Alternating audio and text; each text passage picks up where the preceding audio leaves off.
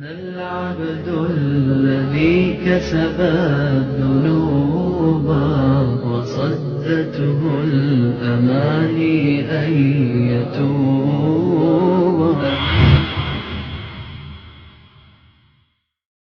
ایک کافر ہے عتبہ بن ابی وقاص، اس نے ایک طرف سے ہو کر پتھر اٹھایا اور آپ کو مارا زور سے. صحابہ کی نظریں تھی تلواروں پر، نیزوں پر، تیروں پر، اور پتھر نظروں سے نکل گیا، لہذا وہ ان کے اندر کو چیرتا ہوا جا کر میرے نبی کے منہ پر یہاں لگا، اور آپ سیدھا پیچھے ایسے گئے، پیچھے یوں، پیچھے ایک کھڈا تھا، وہ یہاں گردن میں لگا، کنارہ تو آپ بے ہوش ہو گئے، دانت بھی ٹوٹ گئے، چہرہ بھی خون و خون ہو گیا، اب بے ہوش ہو کے یوں گر گئے. صحابہ نے سمجھا آپ شہید ہو گئے تو سب نے زار و قطار رونا شروع کر دیا. تھوڑی دیر کے بعد آپ کو ہوش آیا تو صحابہ نے عرض کی یا رسول اللہ اب تو ان کے لیے بد دعا فرما دیں، وہ نبیوں میں رحمت لقب پانے والا، مرادیں غریبوں کی برلانے والا، غریبوں کا والی، یتیموں کا مولا. تو اب تو حق تھا کہ آپ بد دعا کرتے. یہ سامنے امت نہیں ہے، قاتل کھڑے ہیں کافر.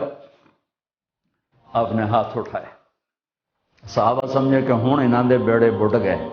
اللہم اغفر لقومی فانہم لا یعلمون، اللہ میری قوم کو معاف کر، انہیں میرا پتہ کوئی نہیں ہے.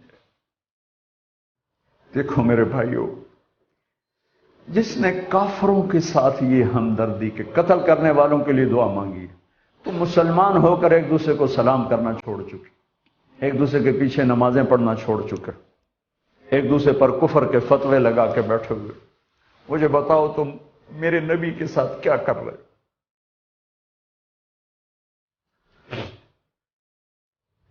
وہ تمہیں فرقوں میں بانٹ کر گئے تھے یا امت بنا کر گئے تھے؟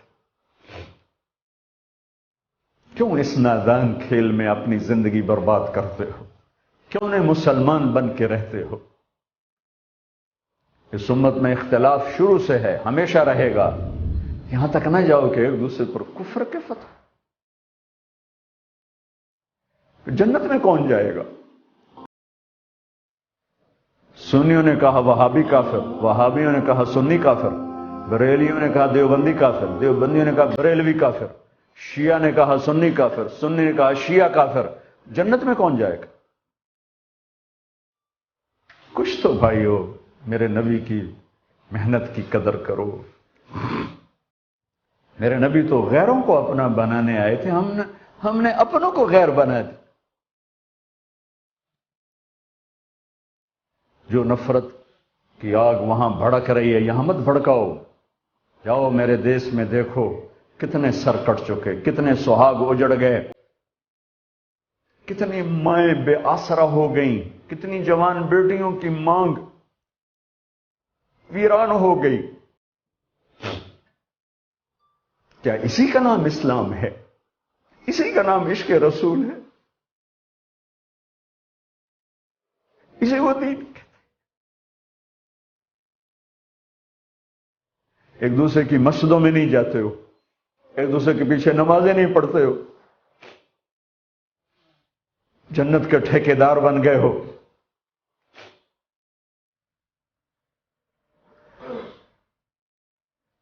میرے نبی تو عبداللہ بن ابی کا جنازہ پڑھانے کھڑے ہو گئے تھے،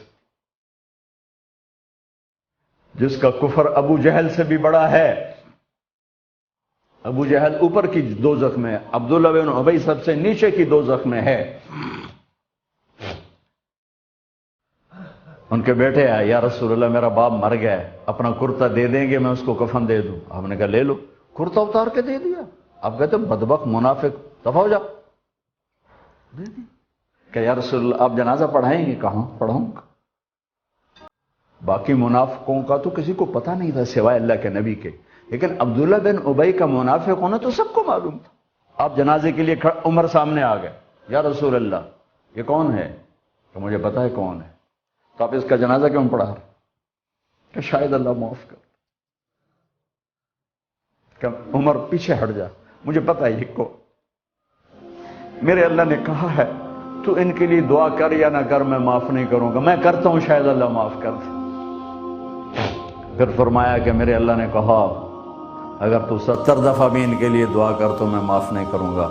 اگر میرا اللہ کہتا اے میرے محبوب اگر آپ 70 دفعہ اس کے لیے دعا کریں گے تو میں معاف کر دوں گا، تو میں اس کم بخت کا 70 دفعہ جنازہ پڑھا دیتا۔ مجھے بتاؤ تم کہاں سے یہ دین لے کر آئے ہو جس میں تم فرقوں میں بٹ گئے ہو، نفرتوں کی آگ تم نے لگا دی ہے، یہ کہاں سے اسلام آیا ہے؟ میں تمہیں اللہ اس کے رسول کا واسطہ دیتا ہوں، امت بن کے رہو، مسلم بن کے رہو، کوئی گنجائش نہیں، اپنے اپنے عقیدے پر پکے رہو، دوسرے کے لیے گنجائش رکھو۔ کیوں اس قدر ظلم و ستم ڈھائے ہوئے ہیں؟ میں نیا تبلیغ میں گیا، کالج سے نکلا، ہماری جماعت ایک گاؤں میں گئی، ایک مسجد میں، تو امام صاحب آئے، ہمیں ماں بہن کی گالیاں دی اور ہمارے بستر اٹھا کے باہر مسجد دھوو، کتے اندر واڑ آئے۔ میں حیران پریشان، میں تو کوئی نہیں جانتا تھا کہ مذہب کیا ہوتا ہے، فرقے کیا ہوتا ہے، میں تو کالج میں گانے والا تھا، ناچنے والا تھا، جنید جمشید کی طرح، مجھے تو دین کا پتہ تبلیغ سے پتہ چلا۔ میں حیران پریشان کہ یہ مولانا صاحب کہہ رہے ہیں کہ یہ گستاخ رسول ہیں، اب مسجد دھو دو، باہر کھڑے ہو، یہ مسجد میں کھڑے ہو کر ماں کی گالی دے رہے ہیں، بہن کی گالی دے رہے ہیں، تو پھر معیار دین کیا ہے؟ اتنی نفرت، اس قدر دوریاں۔ اگر ہم کافر تھے تو ہمیں گلے سے لگاتے، ہمارے نبی کی طرح ہمیں کھانے کھلاتے، ہمیں پانی پلاتے، پھر ہمیں بات سمجھاتے، لیکن ماں بہن کی گالیاں، مسجد میں کھڑے ہو کر، امام مسجد۔ ہم پنجاب کے ذمہ دار ہیں، گالی دینا ہماری سرشت میں ہے، لیکن مسجد میں کانپ جاتے تھے کہ کسی کو الو کا پٹھا بھی کہہ دے۔ ہمارے بزرگ بڑے بھی بہت گالیاں نکالتے تھے، لیکن مسجد میں کسی کو جرت نہیں ہوتی تھی کہ وہ میرے والد مرحوم خود بہت غصے والے بڑے سردار آدمی تھے، تو تھوڑی تھوڑی بات پہ مار پٹائی گالیاں، لیکن میں نے نہیں اپنے باپ کو مسجد میں سنا غصے میں بھی کسی کو گالی دیتے ہوئے۔ ماں بہن کی گالیاں نکالو، استاد یہ کہہ رہے ہیں کہ یہ گستاخ رسول ہیں، ہم یہ کافر ہیں، ان کو نکال دو، کتے آ گئے، مسجد دھوو۔ میرے نبی کے دور میں تو کافر آ کے مسجد میں رہتے تھے۔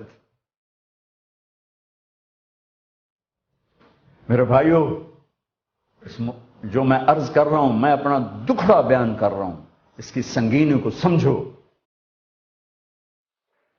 یہ پاؤنڈ ڈالر نہیں بچائیں گے جب ہم آپس میں ٹوٹ جائیں گے۔ اللہ نے مجھے دنیا میں پھرنے کا موقع دیا، بار بار دیا، اسی تبلیغ کے سلسلے میں۔ سب سے زیادہ میں اسپین میں جا کے دکھی ہوا، اور میرا دکھ یہ نہیں تھا کہ ہماری یہاں 800 سال حکومت تھی اور ختم ہو گئی، میرا دکھ یہ تھا، میں اس پہ رویا مسجد قرطبہ میں کہ جس وجہ سے اسپین تباہ ہوا، وہ ساری وجہ میرے دیس پاکستان میں موجود ہے اس وقت، اور ہوش نہیں ہے کسی کو۔ مذہب پر لڑائی، سیاست پر لڑائی، دین پر نفرت، سیاست پر نفرت، قوم پہ نفرت، صوبے پہ نفرت، پیشے پہ نفرت، نفرت نفرت نفرت۔ میرے نبی نے پوچھا اسلام کا سب سے مضبوط عمل کیا ہے؟